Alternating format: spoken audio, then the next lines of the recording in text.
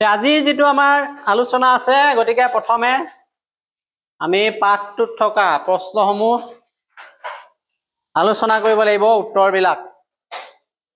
কি আছে মধ্যযুগৰ অসম উত্তৰ লিখা প্ৰথম পাঠ প্ৰশ্নটো আছে কিমান শতিকাত আহোমসকল অসমলৈ আহিছিল একেটা প্ৰশ্নটো লিখিবলৈ কৈছিল আগতে আমাৰ আহোমসকল অসমলৈ কিমান শতিকাত আহিছিলে লিখিব লাগে উত্তৰটো হ'ব ত্ৰয়োদশ শতিকাত আহোমসকল অসমলৈ আহিছিল প্ৰথম প্ৰশ্ন দ্বিতীয় প্ৰশ্নটো কৈছে চুকাফাই অসমলৈ আহোতে লগত অনা মন্ত্ৰী দুজন কোন কোন আছিল চুকাফা যেতিয়া অসমলৈ আহিছিলে দুজন মন্ত্ৰী লগত হৈ লৈ আহিছিলে আৰু মন্ত্ৰী দুজন হৈছে বুঢ়াগোহাঁই আৰু বৰগোহাঁই এই দুটা প্ৰশ্ন প্ৰথমে লিখি লোৱা এতিয়া 3 নম্বৰ যেটো প্ৰশ্ন আছে গ মূলা গাভৰু কোন আছিলে এতিয়া আমি ক'ব লাগিব মূলা গাভৰু আছিলে আহোম ৰাজত্বকালৰ এগৰাকী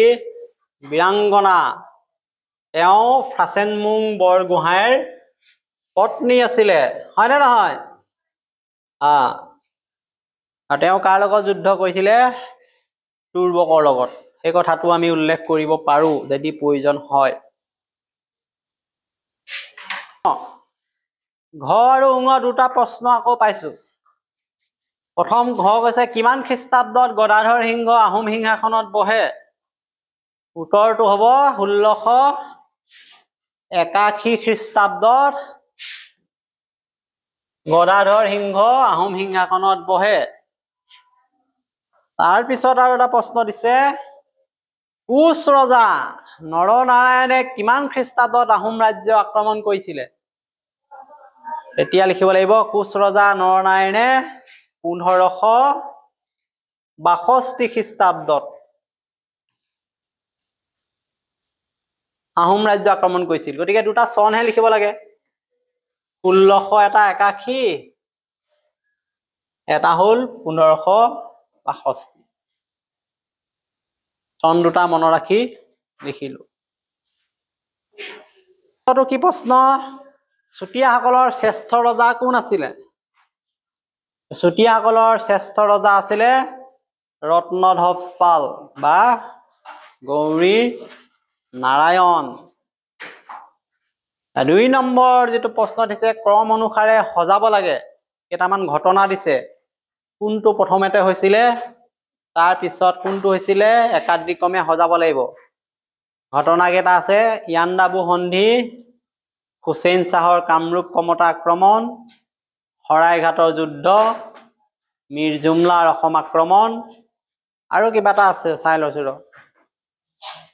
স্বৰ্গদেউ চুকাফাৰ চৰাইদেউৰ ৰাজধানী স্থাপন আৰু ইখতিয়াৰ উদ্দিন মালিক উজবেক তুঘ্ৰীল খাৰ কামৰূপ আক্ৰমণ এই ঘটনাবিলাক সজাব লাগিব একাদিক্ৰমে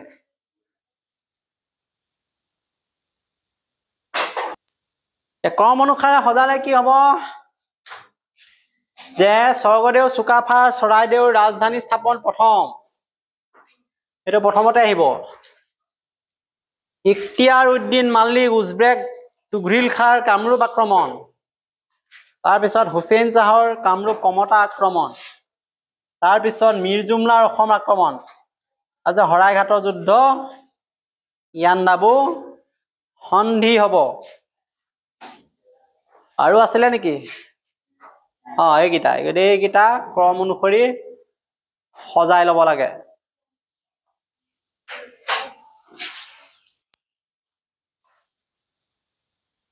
শুদ্ধ অশুদ্ধ বিচাৰ কৰা 3 নম্বৰ প্ৰশ্ন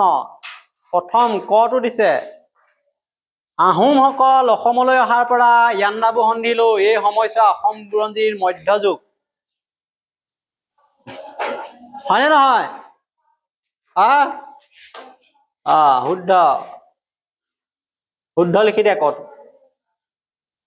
উত্তৰটোহে লিখিব লাগে শুদ্ধ খ চুৰাংফা বা বামুণী কোঁৱৰৰ দিনৰ পৰা আহোম স্বৰ্গদেউসকলে হিন্দু নাম গ্ৰহণ কৰে অশুদ্ধ এইটো ৰং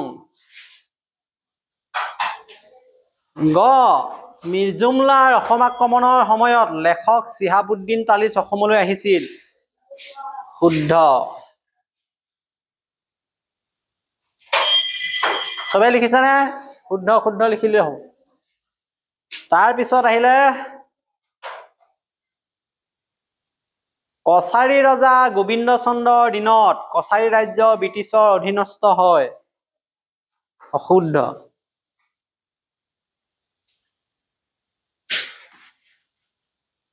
চুতীয়াসকল বৈষ্ণৱ ধৰ্মী আছিল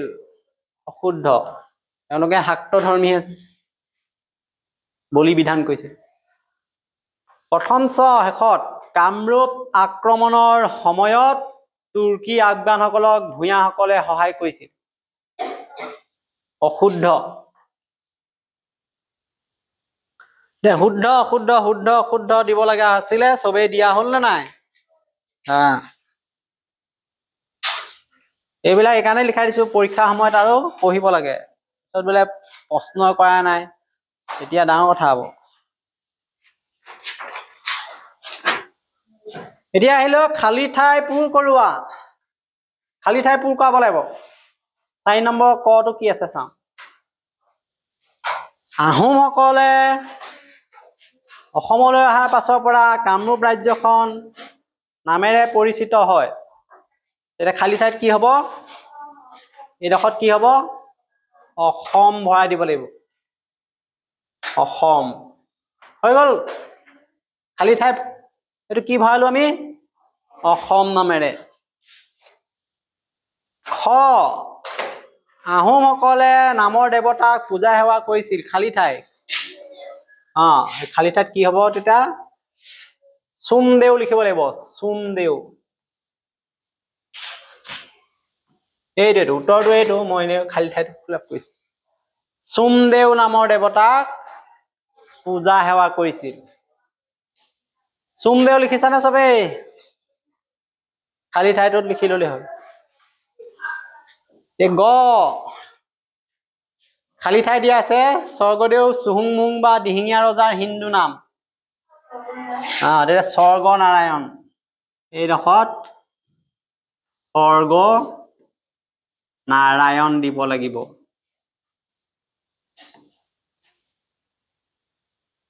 স্বৰ্গ নাৰায়ণ আছিলে চুহুংমুং দিহিঙীয়া ৰজাৰ হিন্দু নাম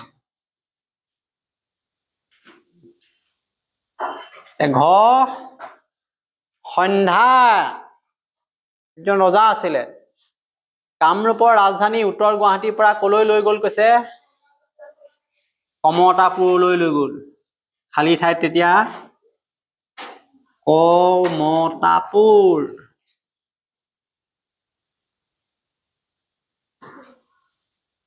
কমতাপুৰ লিখি দিয়ে লিখা হ'ল নাই পুঙ চুতীয়াসকলৰ আটাইতকৈ শক্তিশালী ৰজা আছিল অলপ আগত কৈছিলোৱে কি আছিলে ৰত্নধ্বজপাল বা গৌৰীনাৰায়ণ ৰত্নধ্বজপাল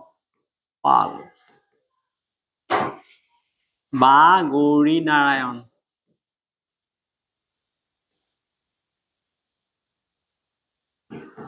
খালী ঠাইতো ৰত্নধ্বজপাল গৌৰীনাৰায়ণ লিখিব লাগিব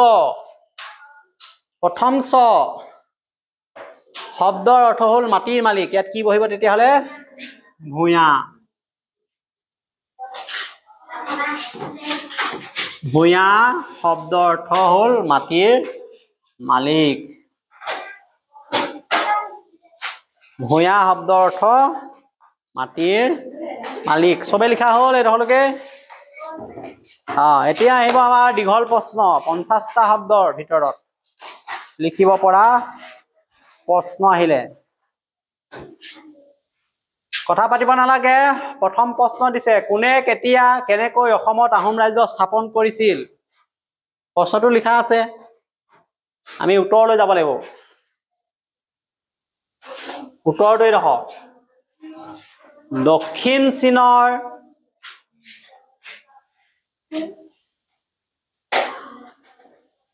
মাওলুং ৰাজ্যৰ ৰাজকোঁৱৰ চুকাফাই পাটকাই পৰ্বত অতিক্ৰম কৰি আহি 1228 খ্ৰীষ্টাব্দত চবেই লিখা চাই অসমৰ চৰাইদেউত আহোম ৰাজ্যৰ ৰাজধানী স্থাপন কৰিল। এই সময়ছোৱাত চুকাফাই খিলঞ্জীয়া লোকসকলৰ পৰা বহু প্ৰত্যাহ্বানৰ সন্মুখীন হ'ব লগা হৈছিল কৈছে। চুকাফাই এই লোকসকলক কৌশলৰে বশ কৰি নিজৰ অধীনস্থ কৰিছিল। এই কথাকেইটা ভালকৈ লিখিব লাগিব। ক'ৰ পৰা আহিছিলে চুকাফা? দক্ষিণ চীনৰ মাওলুং ৰাজ্যৰ পৰা। কোনফালেদি আহিলে? পাটকাই পৰ্বত অতিক্ৰম কৰি আহিলে। কিমান চনত? 1228 ক'ৰ ৰাজধানী পাতিলে? চৰাইদেউত। আহি পেলাই কেনেকুৱা পৰিস্থিতিৰ সন্মুখীন হৈছিল? খিলঞ্জীয়া লোকসকলৰ সৈতে সংঘাতৰ সন্মুখীন হৈছিল, প্ৰত্যাহ্বানৰ সন্মুখীন হৈছিল। কৰে সেই সময়ত দিখৌ আৰু দিচাং নৈৰ মাজৰ ঠাইখিনিত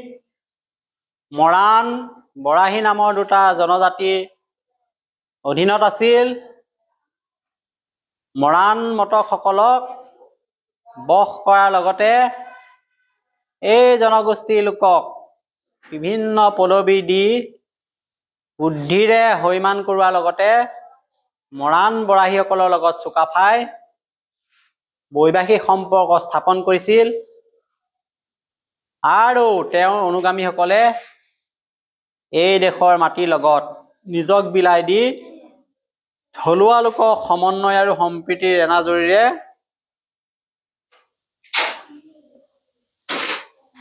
বান্ধি বৰ অসম গঢ়িছিল। এইডোখৰলৈকে লিখিলে হৈ যাব। ইয়াৰ পিছৰ প্ৰশ্নটো আছিলে শৰাইঘাটৰ যুদ্ধ কাৰ কাৰ মাজত হৈছিলে? ইয়াৰ ফলাফল কি হ'ল? আমি জানো যে শৰাইঘাটৰ যুদ্ধ আহোম আৰু মোগলৰ মাজতে হৈছিলে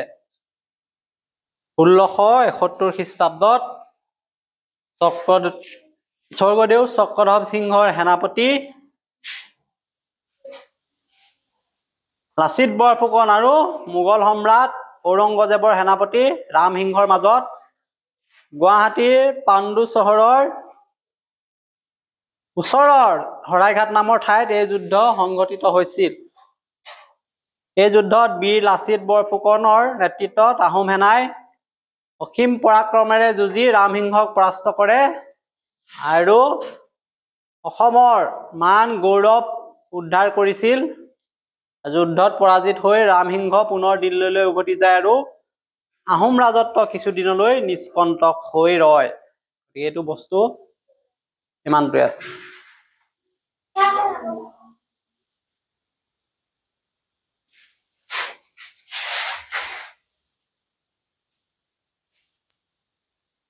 বীৰ চিলাৰাই কোন আছিল? তেওঁ কি কি ৰাজ্য জয় কৰিছিল? বীৰ চিলাৰাই কোচ নৃপতি নৰনাৰায়ণৰ ভাতৃ আছিলে, সুদক্ষ সেনাপতি আছিল। চিলাৰায়ৰ পিতৃদত্তৰ নাম শুক্লধ্বজ, পাকৈত যুঁজাৰু তথা চিলাৰ দৰে তৎপৰতাৰে শত্ৰুৰ ওপৰত জঁপিয়াই পৰিছিল বাবে তেওঁক চিলাৰাই নামেৰে জনাজাত। চিলাৰাই আহোম কছাৰী, মণিপুৰ, জয়ন্তীয়া, ত্ৰিপুৰা, খৈৰাম, ডিমৰুৱা, শ্ৰীহট্ট আদি ৰাজ্য জয় কৰিছিল।